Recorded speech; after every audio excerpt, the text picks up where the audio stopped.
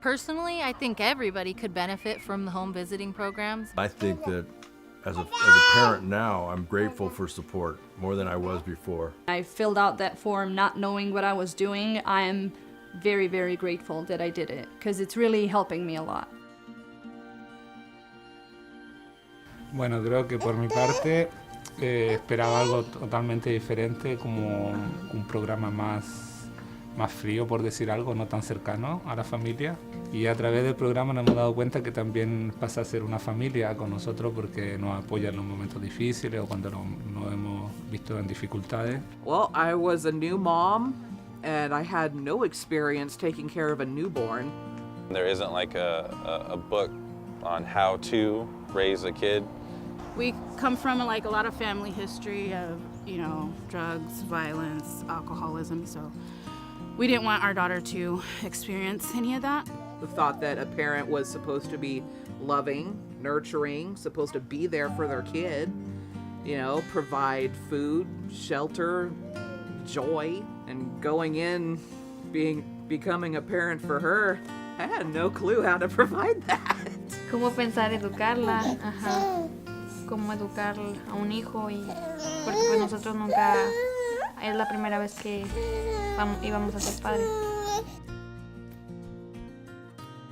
What I think parents should know about home visiting is that you can learn a lot of new things and tips and tricks, how to take care of the baby and what to do, and if you're, stuck in a routine and everything being monotonous, like they give you new resources and new tools how to handle parenthood. It was nice to have them kind of guiding me, even though I was not a first-time mom. I felt like a first-time mom. It totally blew my mind over time. So much information that I had no idea about. She was straightforward when, teaching me this stuff and answered any of my questions. Just a really positive experience. What I think that parents could benefit with the program is just having someone here for you, especially for first-time parents. It can be very isolating and it can be very lonely, and having the home visitor changes that and it feels very good. For me, having a home visitor is like having a second mom there. A lot has changed. I'm definitely more knowledgeable taking care of her. And I know that anytime I need advice or help from somebody, I can just call her. It's just that little positive nudge to, hey, I'm noticing something, let's find a way how to change it. And she's like, you know what, Amanda, let's pick you up, dust you off, 9 a.m. and let's go we are over going to call the Mendocino Local Agency Formation Commission to order. Roll call, please. Thank you. Commissioner Ward?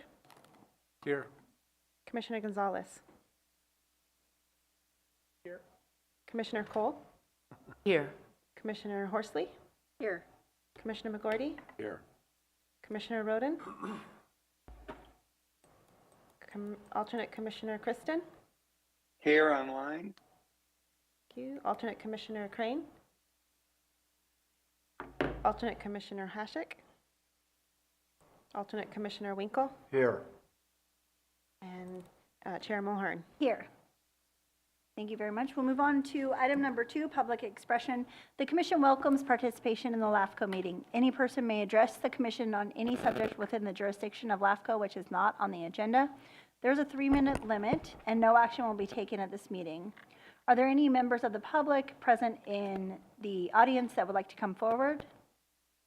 Seeing none, are there any members on Zoom that would like to participate in public expression? You may use the Zoom feature to raise your hands.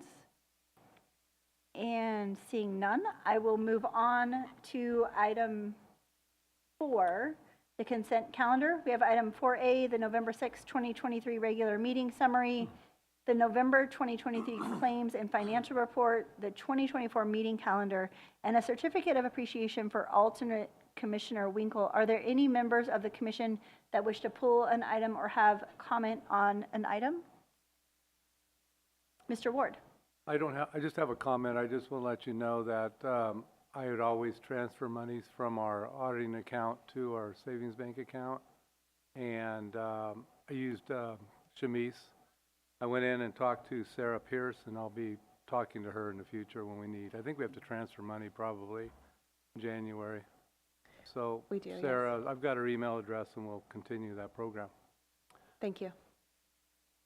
Thank you. So I'll be looking for a motion to approve the consent calendar. So moved.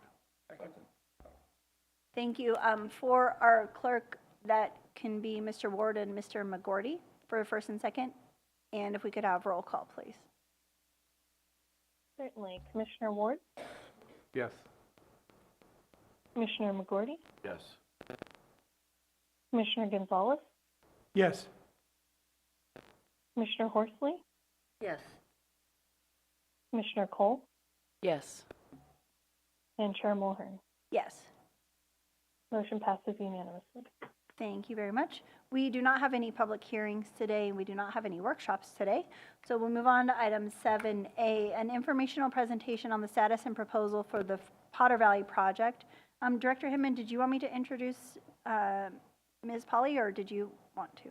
Sure, go ahead. Either way, okay. So we have with us today Janet Polly, the chair of the Mendocino County Inland Water and Power Commission, to provide an update to the board regarding the status of the PG&E's Potter Valley project and a proposal to acquire the project.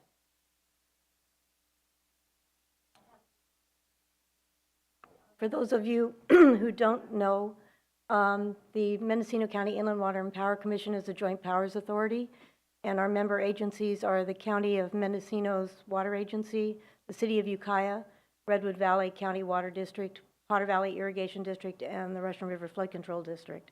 And we were formed in the 90s to protect the Potter Valley project. We have a secondary role that's on again, off again as a non-federal local sponsor for raising Coyote Valley Dam, the feasibility study for that. But we've been engaged mainly in issues surrounding the Potter Valley project. Originally, it's relicensing and then license amendment proceedings. And then in 2017, PG&E was required to begin licensing again if they wanted to relicense it. And Uma, if I could have the first slide. I want to give just a really, really brief overview of the project for those who may not be as familiar with it as others. Just geographically, I'll show you a little bit. The project is a diversion of water from the Eel River into the Russian River. It covers, the Eel River drainage is huge, 3,500 square miles, and it includes other counties, including Trinity, Humboldt, Glen, Lake, and Mendocino. The main parts of the project that we're concerned about are Scott Dam, here forming Lake Pillsbury. Scott Dam was built in 1922. Van Arsdale Reservoir is here, which is formed by Cape Horn Dam. That was the original project. Cape Horn Dam was built on the Eel River. It's about 475 feet higher in elevation on the Eel River than it is in Potter Valley on the valley floor. So a tunnel was built through the mountain there. Water was diverted and still is diverted from the Eel River into the Russian River, where it's become our main water supply for a very long time. The reason that Scott Dam was built was because the original project only diverted water in the wintertime. And Mr. Van Arsdale built Scott Dam, forming Pillsbury, so that water that could be stored from the winter and released in the summertime to run the project to continue to produce power for the city of Ukiah. And so while the original intention was as a power plant, its importance as a water supply to this region became apparent really quickly after 1922, and suddenly there was summer water coming through that project. And if you look there, prior to 2007, there were approximately 150,000 acre-feet of water that were transferred every year from the Eel into the Russian. That's about 4% of the flow of the entire Eel River. That was changed with the license amendment proceeding, and basically 50% of that water supply is left in the Eel River for fisheries protection. So our water supply from that project was reduced by 50% in the early 2000s. Because of that, PG&E has been struggling to justify the project in terms of economics. And when they came around to relicensing, we'll talk about this a little bit more in a little while, they made the decision that the project wasn't viable for them any longer. But the water supply has become critical for our region, for everyone from the community of Potter Valley, clear south, past and below Dry Creek. Even a percentage of the water that's stored in Lake Mendocino from this project is utilized all the way down the river, and not just for the communities and for agriculture, but also it's used to protect fisheries in the Russian River as well. So the importance of the supply has become very critical. Next slide, please, Uma.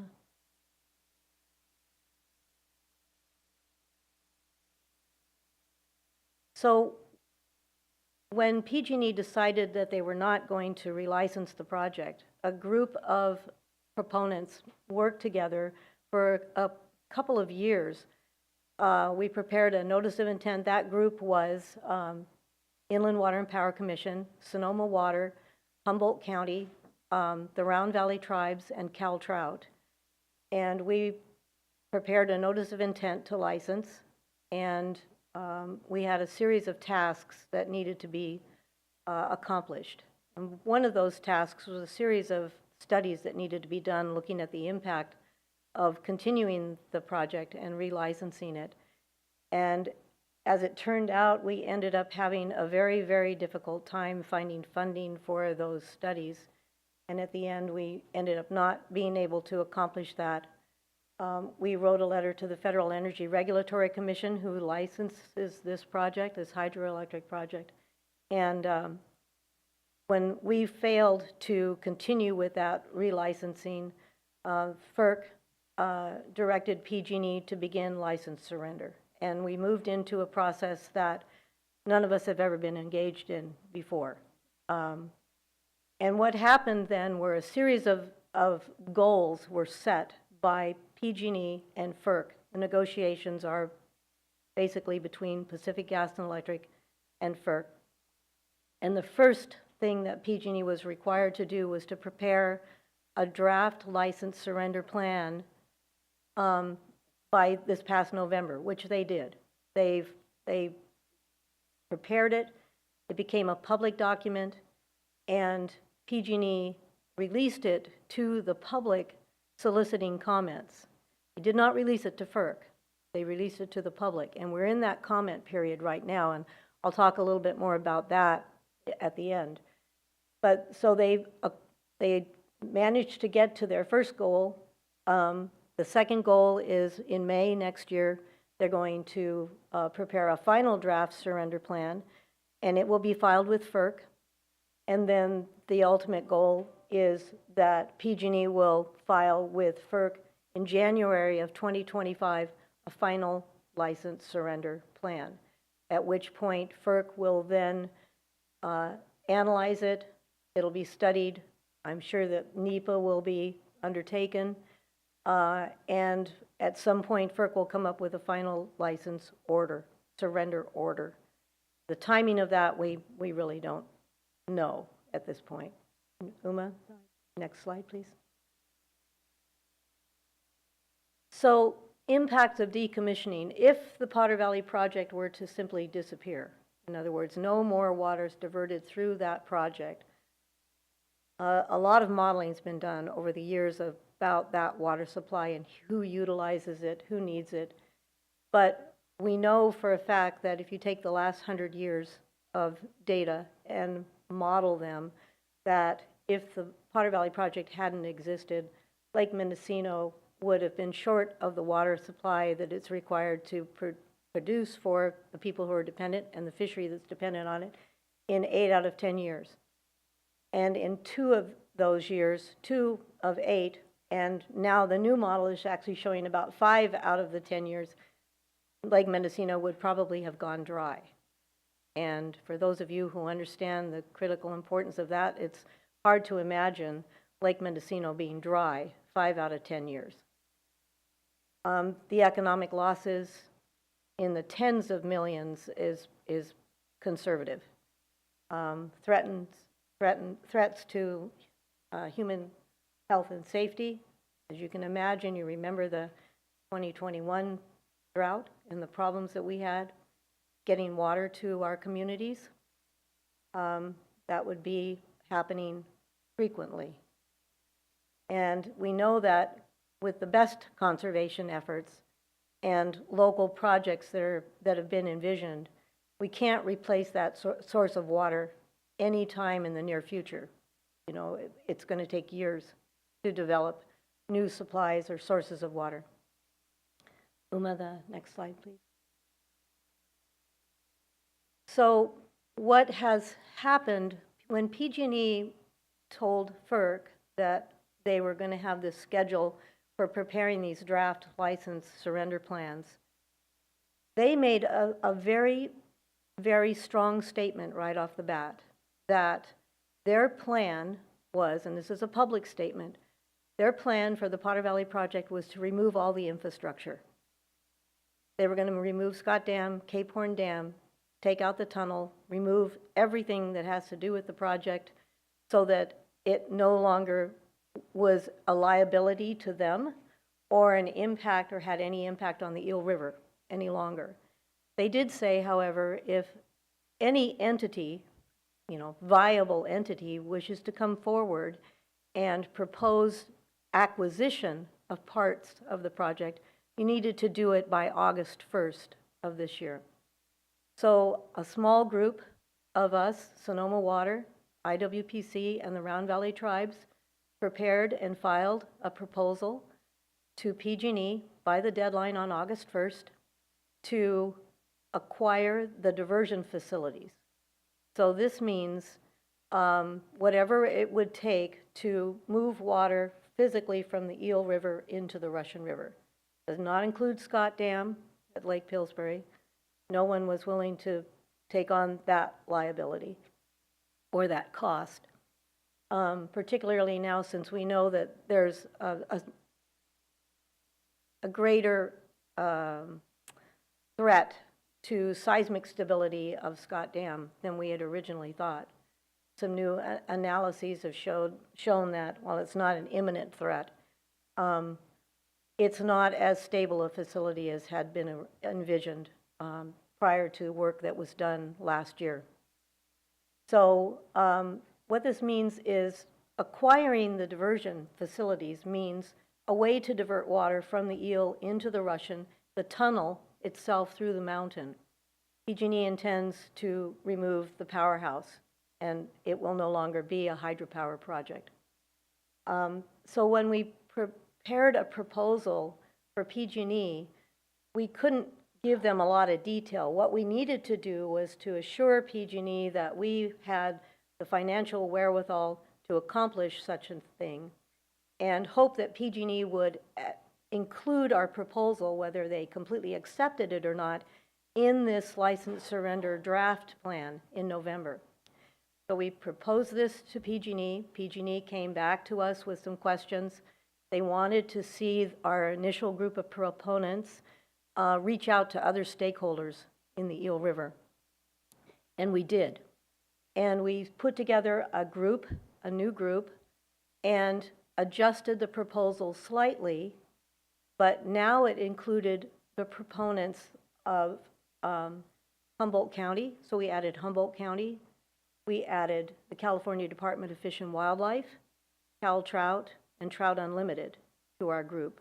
Came back with a modified proposal, presented it to PG&E, and while PG&E hasn't accepted it, per se, they included it.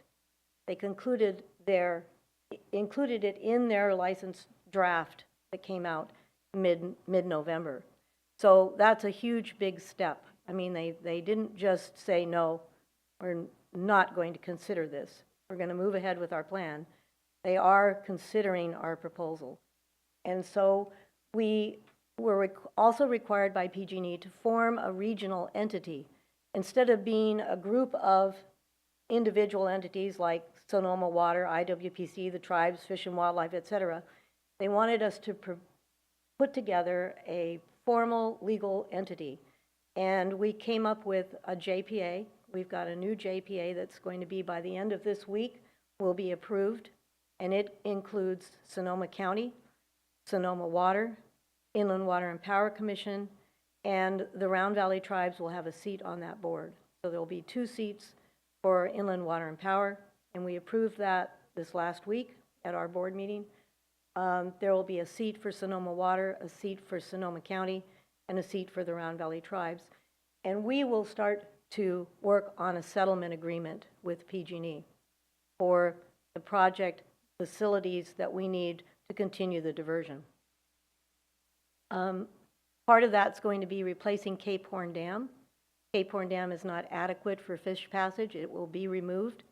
And we have Department of Water Resources grant funding that we've been working on for over a year now, doing an analysis of alternative diversion structures for Cape Horn Dam. We're down to 2 alternatives now. We can discuss that later if you wish to. And PG&E, as I mentioned a little while ago, has now opened up a comment period for the public that ends on December 22nd. And so we need to have support from local entities for PG&E continuing to accept and approve our proposal moving forward before May of next year for the final draft. Okay, Uma. So short term, form an interim regional entity. An interim is because we have this squashed time frame, and PG&E wanted this entity formed by the end of December. And it will be in place on paper by the end of this week. Then we will be working with Sonoma Water and Sonoma County to put together, we've approved the representatives from IWPC. Sonoma will be doing the same thing this week. We'll hold our first meeting of this entity in December. And interim means that it's a placeholder for what we envision being a larger entity that will include more stakeholders at some point in time. Because they're going to have to not only negotiate these terms for a purchase and sale agreement with PG&E and deal with the FERC process, but they're also going to have to develop a financial capacity to own and manage and operate, fund the new diversion facility. PG&E isn't going to be there anymore. The regional entity is going to have to take that on. And own, operate, and manage is going to be up to the folks who are dependent on this water supply. Some of the infrastructure costs, as I mentioned, things like replacing Cape Horn Dam, we're going to be looking for state and federal funding. So we're also working closely with state and federal representatives, so they're aware of this process, and they all have been for several years now. But funding for the ongoing diversion is basically going to be a cost for water supply reliability. And that's how I think everyone locally should look at it. This is a critical water supply. We're responsible for protecting it. And it's going to mean that water is going to be more expensive. A lot of people don't pay anything for their water. This water that comes through the project and is stored in Lake Mendocino. And they haven't. A lot of people have water rights for the use of this water that will no longer be in place once this water coming through the project is only coming through in the wintertime, because there won't be a summer diversion anymore once Scott Dam is gone, forming Lake Pillsbury. So water rights are going to be modified. We're going to have to be creative in looking at how that's going to work, working with the State Water Resources Control Board, which is also already underway. Uma, the next slide. So long-term keys to success, this regional entity expansion, having a business plan in place for how we move forward and acquire and manage, operate the diversion. Advocacy and education of the public is going to be key. It's important. A lot of people don't understand where their water comes from, even today after all of this time and all of these analyses and all of the work that's been going on for many years. there are a lot of people who truly do not understand their dependency on this project in the Russian River corridor. The Russian River Water Forum was formed with part of the Department of Water Resources grant funding. It is winding down now. It was not refunded, so it has run out of monies, but we have to work together on other educational outreach efforts. There are several websites that have been built over the last 3 years that have a lot of information on them, but as you know, it's not enough to expect people to go and look at websites. We have to work harder on educating people.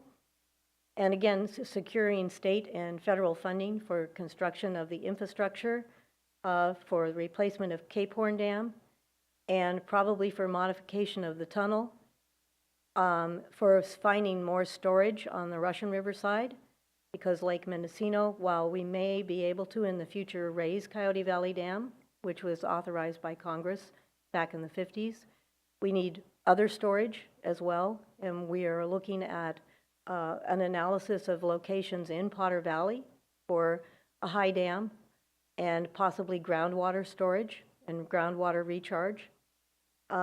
Those efforts are not going to be cheap, and so funding for those is something that we're engaged in looking for. All of those things are going to have to occur, and time is not on our side. We're going to get a final license surrender plan submitted to FERC in January of 2025.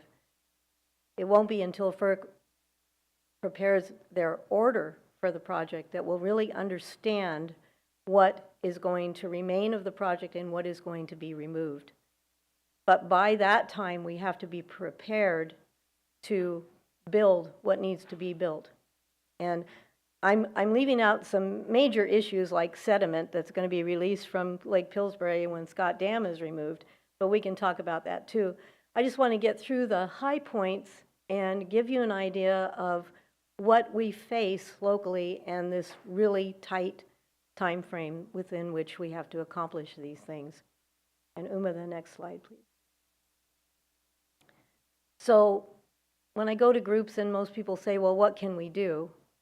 The main thing right now, the thing that's facing us right this minute, is a deadline of December 22nd when PG&E wants to have public comments. And locally, we could all argue, I mean, their license surrender draft plan includes a very, very high level analysis of what they're going to do. They're going to take down Scott Dam. They might notch it, they might take it down in increments, no details. They're going to remove Cape Horn Dam. No details. They're going to restore habitat. No details. So, I mean, we could argue with PG&E for days if we wanted to about details of those parts of the project and what it means. But really, the most important thing for us right now is that they have our proposal in their draft surrender plan. And we need support. We need people to support them accepting our proposal moving forward so that it's in the final plan that goes to FERC. And FERC understands that this is going to be part of the disposition of surrender of this project, in that this local community is going to take over and replace an antiquated fish ladder with a state-of-the-art diversion structure that allows volitional passage of fish in and out of the river, and at the same time allows us to divert water in the wintertime through that project. And so that's basically the bottom line here. We need support for our proposal. And we need to continue to educate people about it. So I will give to Uma later today. I'll give the information from PG&E on how to comment. We are preparing some draft bullet points for the public and any other entity that wishes to comment, so that we have the language that folks need to have with regards to what PG&E is looking for in terms of support. I've put down there 3 of our websites. the Sonoma Water website, IWPC in Potter Valley, PVID websites that have a lot of information on them. And we continue to build those so that they're up to speed.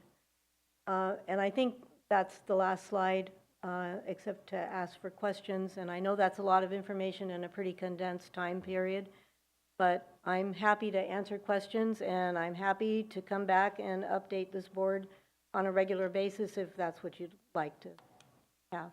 Thank you so much for all of the information. I think it's really important that everybody understands where we are and where we need to go, and there's just been a lot of work done very quickly. So I'm going to go first to Mr. Ward and then Mr. Gonzalez with their questions. Thank you, Madam Chair. Thank you, Ms. Polly, for being here today. How long have you been working on this? I'm really not this old, but I was appointed to the Potter Valley Irrigation District Board of Directors in 1988. I remember Carrie Brown talking about it on LAFCO for years up here, and it's finally coming, I guess, to a final position, hopefully. So what is LAFCO's, besides a support letter, what is LAFCO's role in this? That's a really good question. I would ask you what you envision your role. I was going to ask my executive officer. Oh, okay. I think, well, LAFCO's, concerns, I suppose, would be around the water service provision and the availability of that water supply and how that might change for the special districts in the city, in our county in particular. I think that's the gist of it, for us. It's related to the work plan, some of the work plans as well.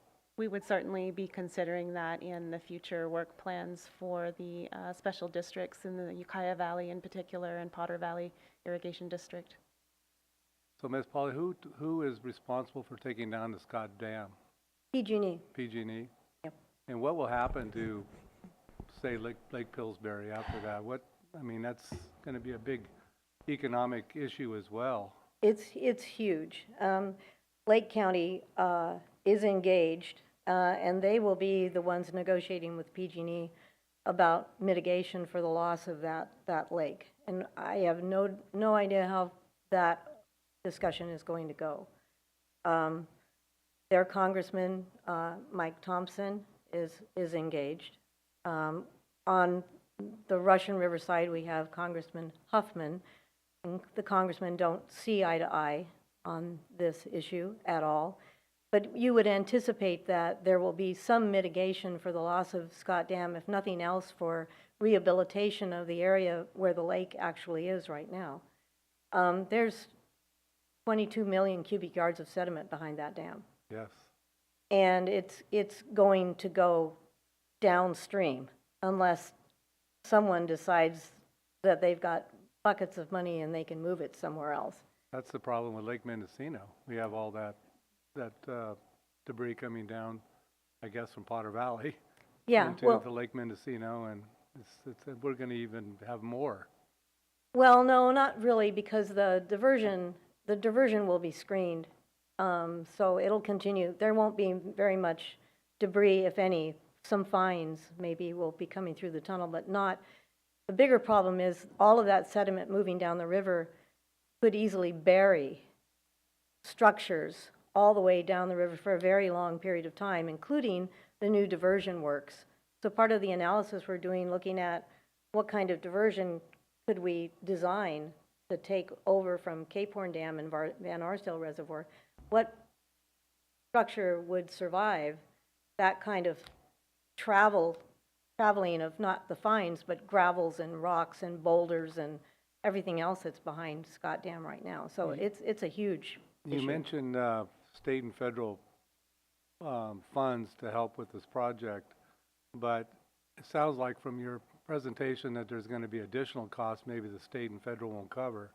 How do you propose that those costs will be paid for?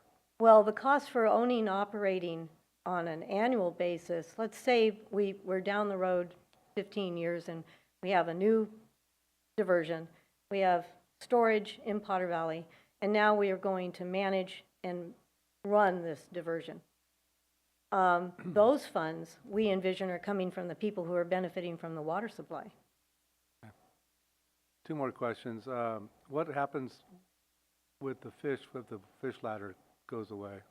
It will be replaced with a new, A new one? new facility that is either going to be pumping water back, or it will be what's called a roughened channel, which would be like a long rock-built ramp. The fish can volitionally, meaning on their own power, can get up and back as if it were a natural, a natural geological formation in the river itself. So those are the two different alternatives. One's a pump back, requires pumps, motors, lifting water not very far, but enough to get 300 cubic feet per second into that tunnel when it's available. The roughened channel doesn't require any mechanical effort of any kind. It would basically start at the same height in the river as the top of Cape Horn Dam now, and it would gradually go downriver. It'd be an engineered, long ramp. Good. And you mentioned that the raising the dam at Coyote, Lake Mendocino.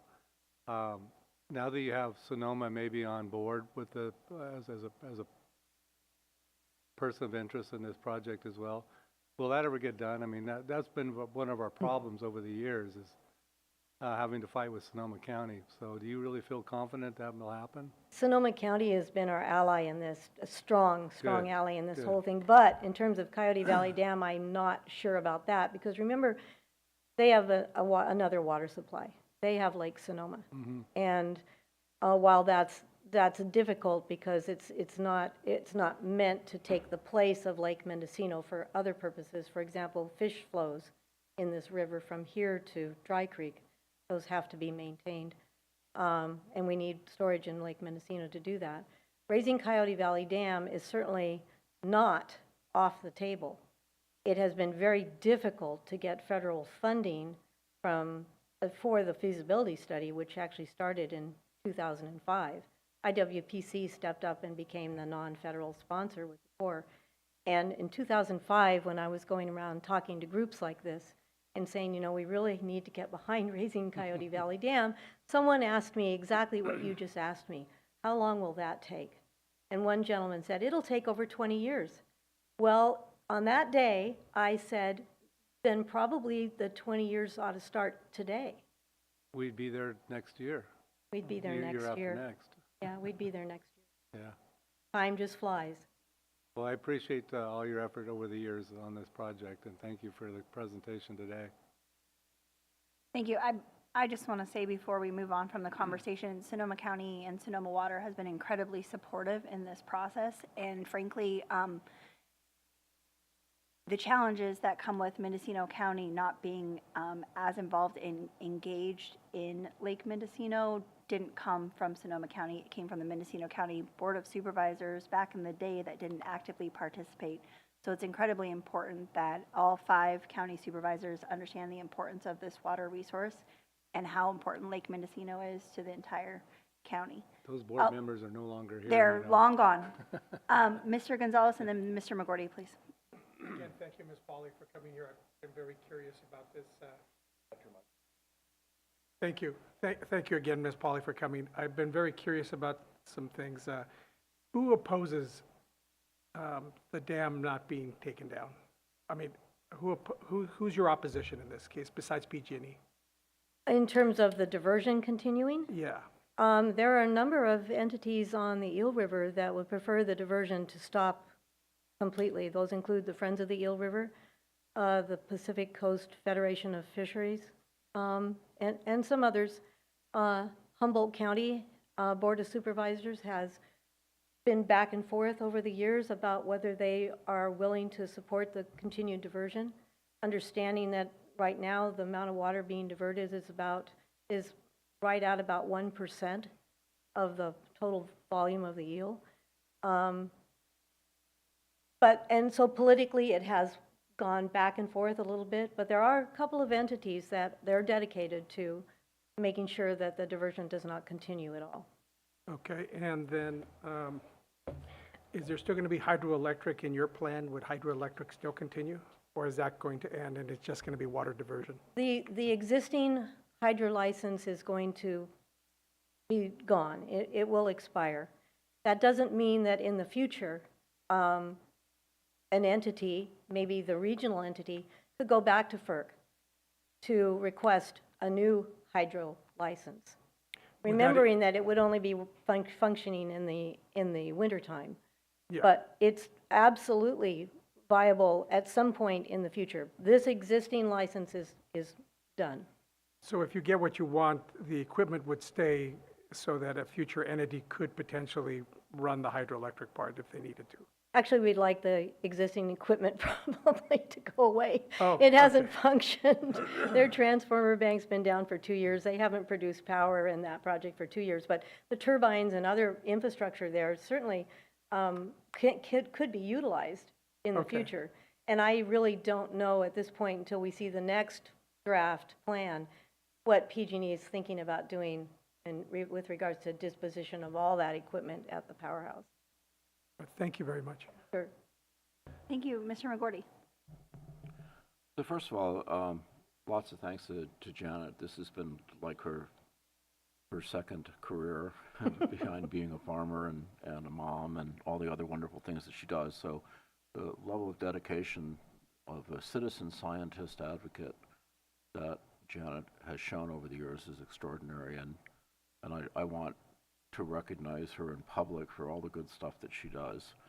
I have a question for Marcia. Would it be appropriate for this board to write a letter of support advocating that we recognize this as a significant infrastructure and resource going into the future for our water supply, and that we want to support the plan that's on the table? It only goes to PG&E. It doesn't really go anywhere else. But it's a public recognition of the importance of this to all of the water districts and agencies that this board is involved with and supplying water to our community. And I just wondered if that's something we can do. Yes, it is something that you can do. I mean, this is a general statement of support, right? Because the commission doesn't have any formal role to play in this process. But I think that it is certainly appropriate to express that support. And it may be wise in that letter to also recognize that there isn't a formal role for the LAFCO to play. Well, I think there will eventually, as this new Joint Powers Authority is established. It will affect pretty much the footprint of the existing Mendocino Inland Water Power Commission. I don't think it's going to be too different than that, and I'm sure it's going to come before LAFCO. But I would make a motion then to, with your guidance, to craft a letter that would indicate support for the proposal of the new JPA that's going to be formed to continue supplying our region with water. I would like to second that motion, given the time element of comment period. Thank you. Commissioner Horsley. Just one other timeline I think it may be important to mention is after PG&E submits their final in January 2025, what is the estimated time that is being proposed for FERC to actually get back and respond to that? That's a question that we've asked our attorneys, both Sonoma County's attorneys and our outside counsel, and one of our consultants who works with FERC on many of these projects and PG&E over the years. They've never seen FERC come back with an order, a final order, in less than 4 years. Now, that doesn't mean that they won't. PG&E wants to be done with this project yesterday. And I don't know what kind of influence that would have on FERC's decision making. There is a process that they have to follow. There are studies that need to be done. But again, 4 years is the fastest that any of them have ever seen FERC react. Not hard and fast. And they have taken longer than that. Remembering that until FERC gives their final order, PG&E isn't going to do anything. They're not going to hire contractors. They're not going to get the equipment. They're not going to decide that we're moving in with the bulldozers tomorrow. No, they have to wait until FERC gives the final order before that next phase begins.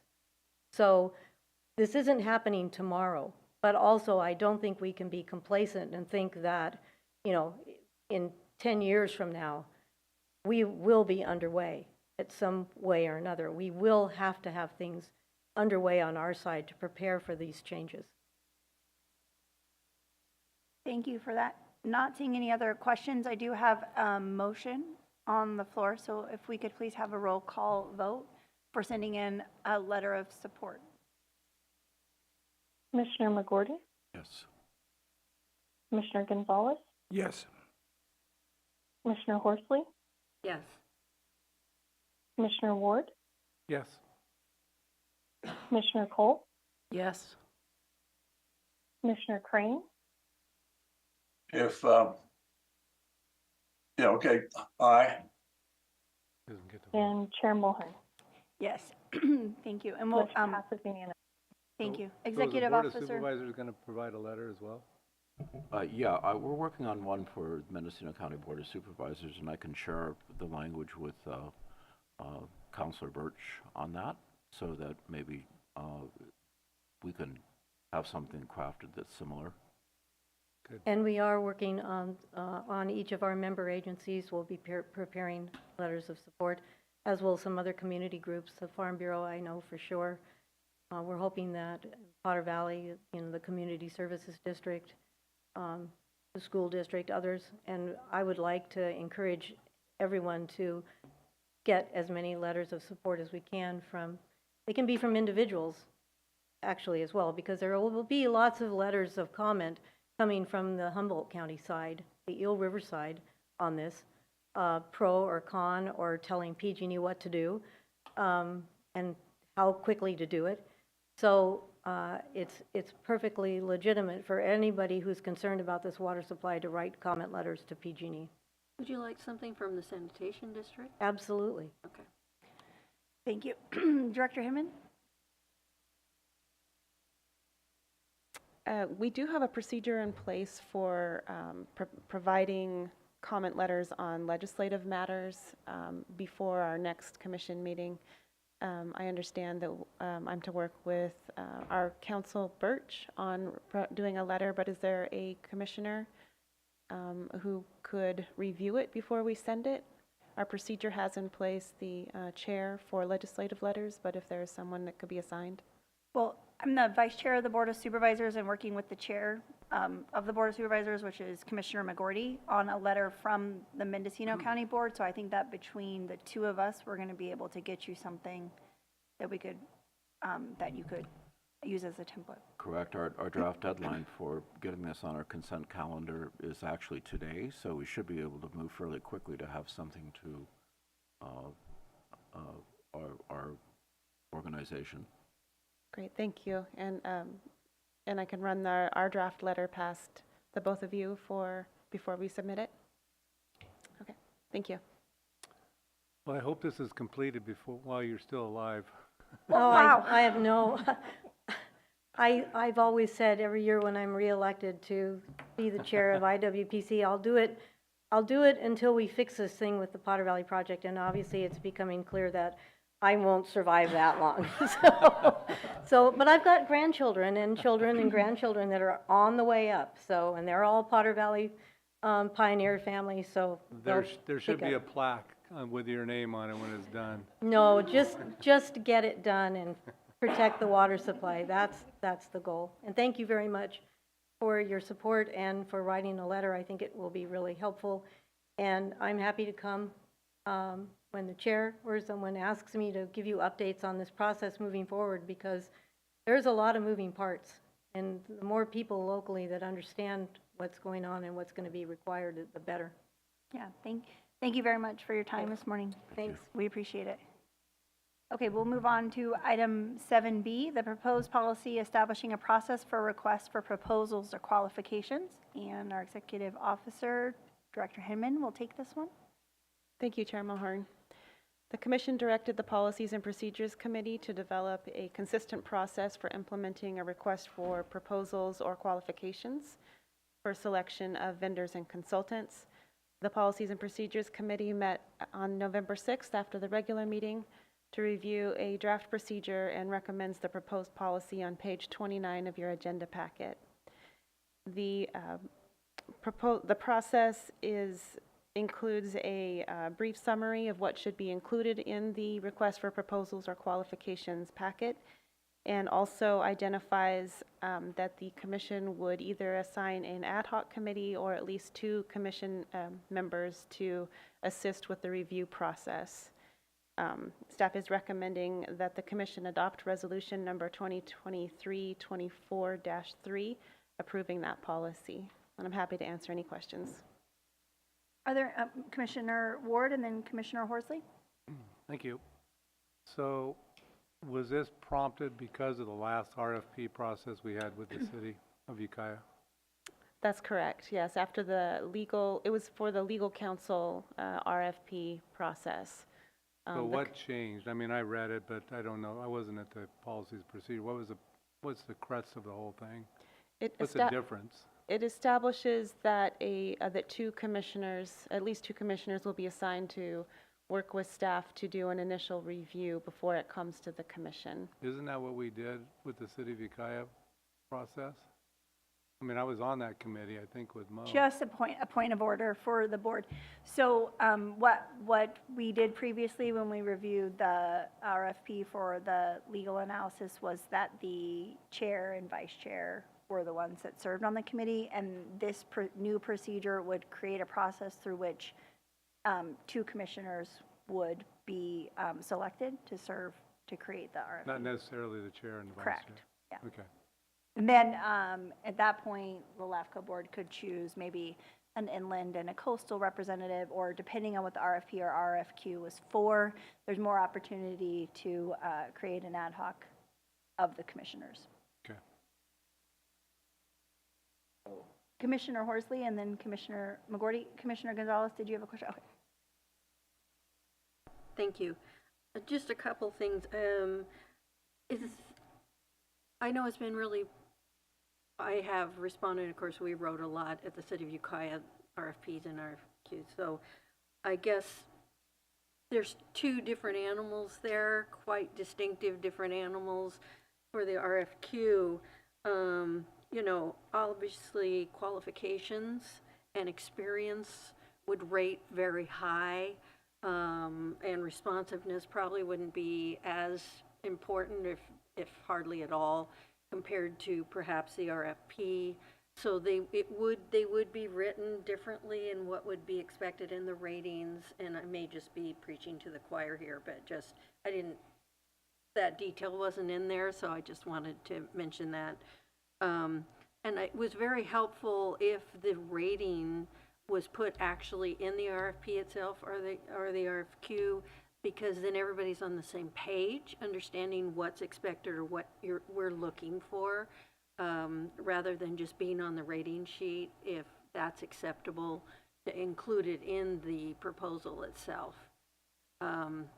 It just really helps to know what is the criteria that whatever agency it is, it considers important.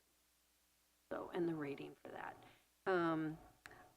So, are you going to be changing the rating percentages and criteria based on what we're going out for each one? So it would change with each particular RFP or RFQ, correct?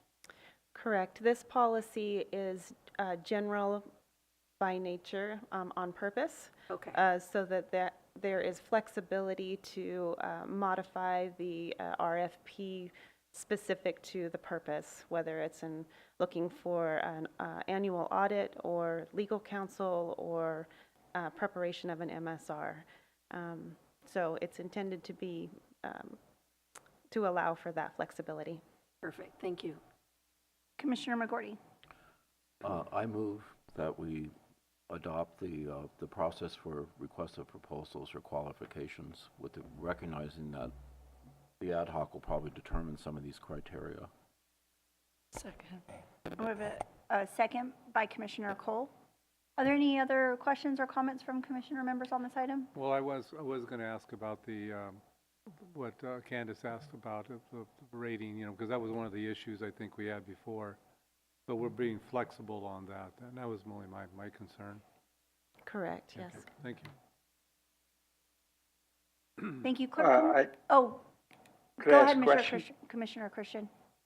Oh, so I like the idea that we have a set of attributes, and I would recommend that the attributes, when they're presented, to have weights associated with them. I think, generally speaking, in decision-making processes, if you can't distinguish among the various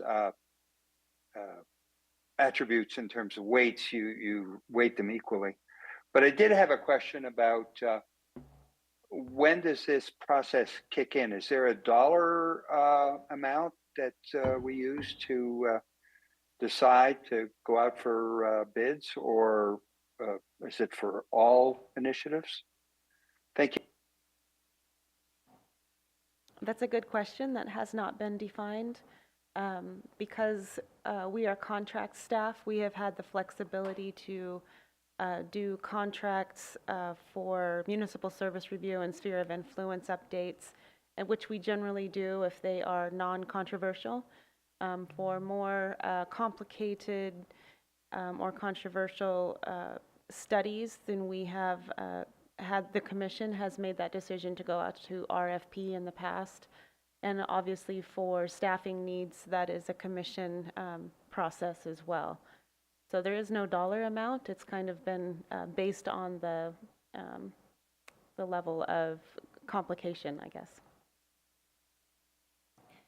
Thank you. And Commissioner Horsley, and then I'd like to open it up and see if there's any public comment on this item. Just the last sentence. Mendocino LAFCO may, but is not required to consider vendors, consultants to provide a service or produce a specialized report through an RFP. That's kind of what you were just referring to, because I wasn't quite sure what that meant, but that was the definition that correct what you just gave. Thank you. Thank you. Are there any members of the public present in the audience that wish to speak on this item? I don't see anyone coming forward in person. Is there anyone on Zoom? You can use the Zoom feature to raise your hand if you would like to comment on this item. Okay, seeing none, can we have a roll call vote, please? Commissioner McGordy? Yes. Did you have an No, I don't have a question. I'm sorry. Commissioner Cole? Yes. Commissioner Ward? Yes. Commissioner Gonzalez? Yes. Commissioner Horsley? Yes. Commissioner Crane? Aye. It didn't go well. And Chair Mohan? Yes. Sure. Motion passes unanimously. Commissioner Ward? Wasn't there at the policy and procedure meeting, there was more than just this item? There was several things that you guys are going to discuss. Correct. We have several other items that we're still working on before they come So back. they're not ready yet? Not yet, no. Okay. Commissioner Gonzalez? Point of order on Crane, we didn't. Formally announce. Yes, Commissioner Crane is formally seated for Commissioner Roden in her absence. We did, oh, okay, I wasn't sure. We did not state that for the record. Thank you for that, bringing that forward, yeah. Okay. Thank you. Okay, we can move on to item 8A, the work plan, current and future proposals, which Director Hinman, did you have anything that you wanted to add? Or do any commissioners have questions? If you could please use your pen to indicate I should call on you. I can do a brief summary. Okay. We're happy to say that the City of Ukiah's annexation for city-owned properties has been completed. The Board of Equalization has acknowledged the boundary change, and so that will be, they are continuing their process for the next fiscal year. For the Anderson Valley CSD application to annex its SOI, sphere of influence, staff facilitated a meeting with the district and county auditor and CEO staff to coordinate the next steps in the tax share negotiation process, and we'll be doing a follow-up meeting with them again in mid-January. All of the other applications on file are pending tax share agreements still.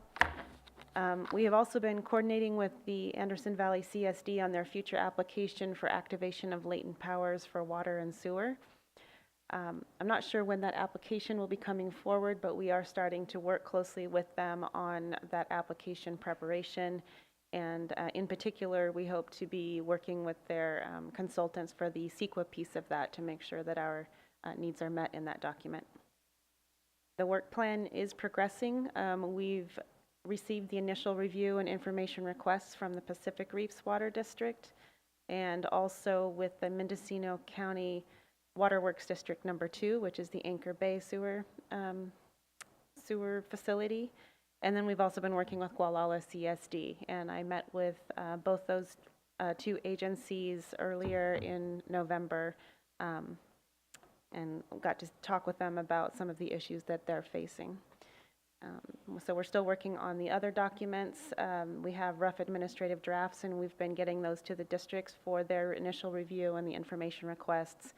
After we get the information, then we go back into those documents and complete them as best we can, and we hope to start some workshops on these first studies in March.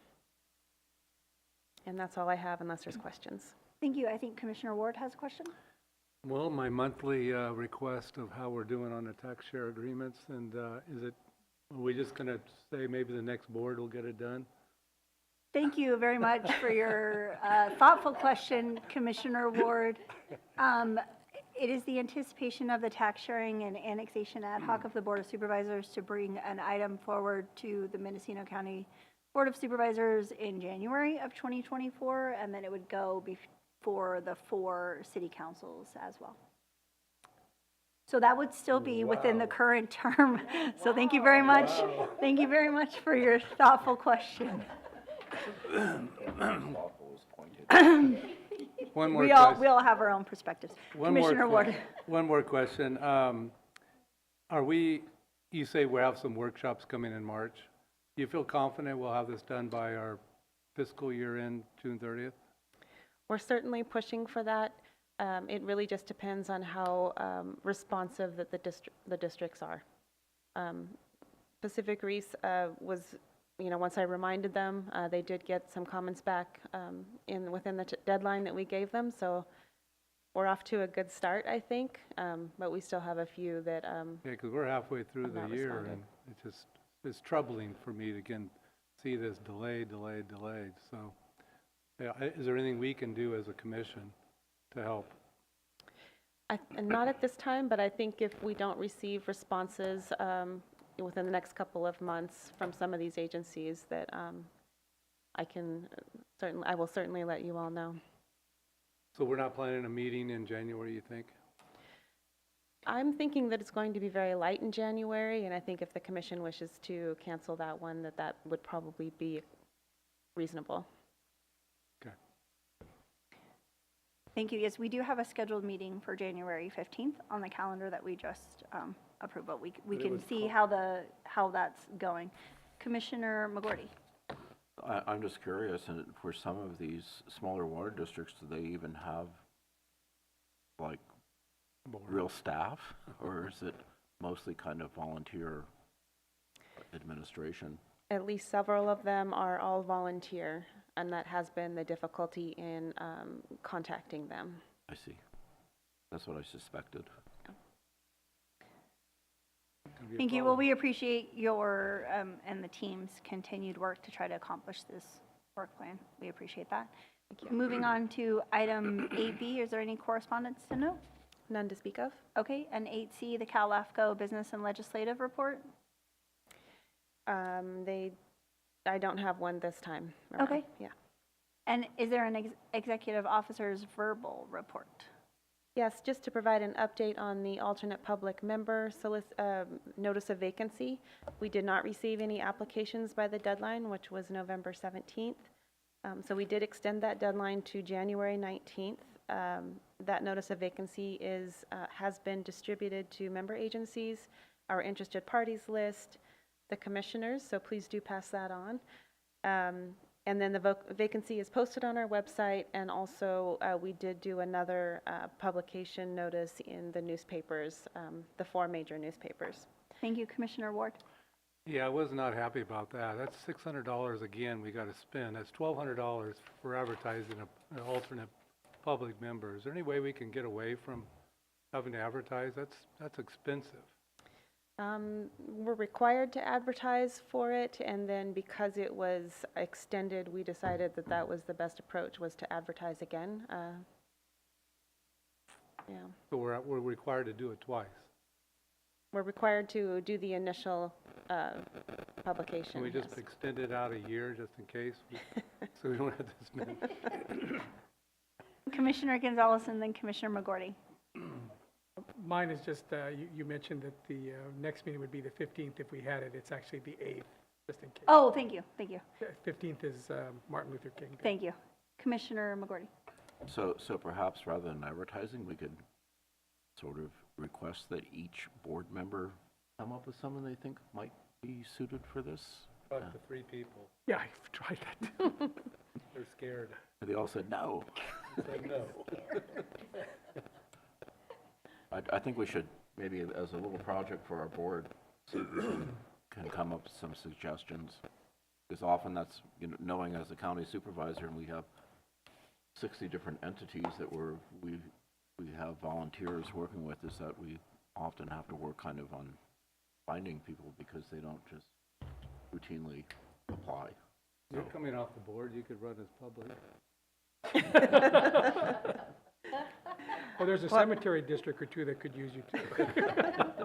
Well, I will encourage everyone to point folks to our website. The application for the public member is posted on the website, so folks can submit that. I also wanted to let Commissioner Ward know that an accounting letter has been sent to Millview County Water District requesting the payment of that outstanding balance. And I'd like to, oh, sorry? We charge interest?